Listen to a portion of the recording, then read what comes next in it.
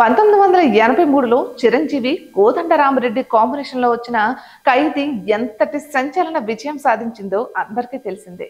ఆ సినిమాతో టాలీవుడ్ లో ఒక్కసారిగా స్టార్ హీరో రేంజ్ కి వెళ్ళిపోయారు చిరంజీవి. మరో సినిమా నిర్మించేందుకు ప్లాన్ చేశారు అతిలోక సుందరి శ్రీదేవి. ఆ సినిమా పేరు వజ్రాల దొంగ. అప్పటి తమిళనాడు ముఖ్యమంత్రి ఎంజి రామచంద్రన్ ఈ సినిమా ప్రారంభోత్సవానికి విచ్చేసి క్లాప్ కొట్టారు. షూటింగ్ ప్రారంభమైంది. 2 పాటలు, కొన్ని సన్నివేశాలు చిత్రీకరించిన తర్వాత దర్శకుడు కోదండరామిరెడ్డికి కథపై అనుమానం వచ్చింది. ఇది చిరంజీవి శ్రీదేవి మీద వర్కౌట్ అయ్యే సబ్జెక్ట్ కాదని అన్నారు. దీంతో సినిమా నిర్మాణాన్ని శ్రీదేవి ఆపేశారు. అప్పటి వరకు జరిగిన షూటింగ్ కి దాదాపు ₹1 కోటి ఖర్చయింది. కోదండరామిరెడ్డి డైరెక్షన్ లోనే సినిమా చేసేందుకు ప్లాన్ చేశారు. అయితే కథ సిద్ధం కాకముందే సినిమాకి కొండవీటి దొంగ అనే టైటిల్ ని త్రివిక్రమరావు ఫిక్స్ చేశారు. ఆ టైటిల్ కి తగ్గ కథను సిద్ధం చేయమని పరుచూరి బ్రదర్స్ కి చెప్పారు. అంతకుముందు దొంగ, అడవి దొంగ వంటి సినిమాలకు పనిచేసిన పరుచూరి బ్రదర్స్ కి ఇది 3వ దొంగ సినిమా. అయితే నిర్మాత చెప్పినట్లుగానే మాస్ ఎలిమెంట్స్ తో కూడిన కథను సిద్ధం చేశారు. ఆ కథను చిరంజీవికి వినిపించారు. ఆయనకు నచ్చింది. ఆ తర్వాత శ్రీదేవికి నెరేట్ చేశారు. కథ విన్న శ్రీదేవి కొన్ని మార్పులు చేయాలని సూచించారు. అక్కడ ఆగకుండా టైటిల్లో కొండవీడి దొంగ కాదని తన పాత్ర పేరు కూడా టైటిల్లో ఉండాలని డిమాండ్ చేశారు. ఇక ఇదే విషయాన్ని చిరంజీవికి త్రివిక్రమరావుకి చెప్పారు పరుచూరి బ్రదర్స్. కథలో మార్పులు చేయాలని చెప్పడం, టైటిల్లో తన పాత్ర పేరు కూడా ఉండాలని పట్టుపట్టడం వారికి నచ్చలేదు. దాంతో ఆ కథను పక్కన పెట్టి మరో కొత్త కాన్సెప్ట్ తో కథను సిద్ధం చేయమని పరుచూరి బ్రదర్స్ కు చెప్పారు. వారు చెప్పినట్లుగానే కథను రెడీ చేశారు. ఇది పూర్తిగా మాస్ కథలా ఉందని, దానికి కాస్త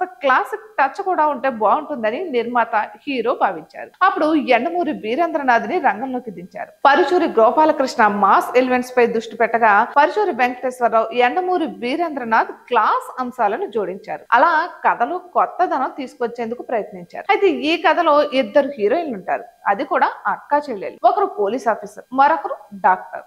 ఆ క్యారెక్టర్ల కోసం విజయశాంతి, రాధలను ఎంపిక చేశారు. కొన్ని సినిమాలు విడుదలైన రోజు మొదటి షో నుంచే సూపర్ హిట్ టాక్ తెచ్చుకుని దూసుకుపోతాయి. మరికొన్ని మొదట డిబేట్ టాక్ వచ్చినా సరే ఆ తర్వాత మౌత్ పబ్లిసిటీతో పుంజుకుంటాయి. కానీ కొండవీటి దొంగకు అలా జరగలేదు. మొదటి షోకే నెగిటివ్ టాక్ వచ్చేసింది. దానికి కారణం ఆ సినిమా పోస్ట్ ప్రొడక్షన్ లో ఉన్నప్పుడు నెల్లూరు నుంచి వచ్చిన ఒక డిస్ట్రిబ్యూటర్ ఆ ఏరియాకు ఆ సినిమాని డిస్ట్రిబ్యూట్ చేసేందుకు అగ్రిమెంట్ చేసుకున్నారు. అటు తర్వాత కొన్ని రోజులకు మళ్లీ వచ్చిన అతను తన అగ్రిమెంట్ క్యాన్సిల్ చేసుకున్నారు. అంతేకాకుండా సినిమా కొనొద్దని మిగతా బయ్యర్లకు చెప్పాడు. దాంతో సినిమా బాగోలేదని న్యూస్ ట్రెడ్ లో స్ప్రెడ్ అయిపోయింది. అందుకే ఈ సినిమాకి ఎంతో కష్టం మీద బిజినెస్ జరిగింది. నిర్మాత గట్టివాడు కావడం వల్ల అతన్ని తట్టుకుని అనుకున్న టైం కి సినిమాను రిలీజ్ చేయగలిగారు. రిలీజ్ కి ముందు జరిగిన నెగిటివ్ ప్రచారం సినిమాపై ప్రభావం చూపించింది. మొదటి వారం ఫ్లాప్ అనే టాక్ వచ్చేసింది. సినిమా గురించి రకరకాలుగా మాట్లాడుకున్నారు. అయినా వాటన్నిటిని తట్టుకుని సినిమా సూపర్ హిట్ అయింది. కథలో కొత్తదనం లేకపోయినా